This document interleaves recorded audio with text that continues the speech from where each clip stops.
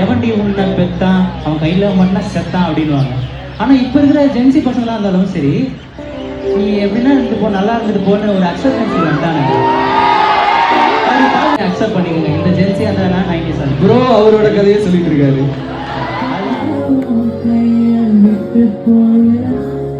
போல போல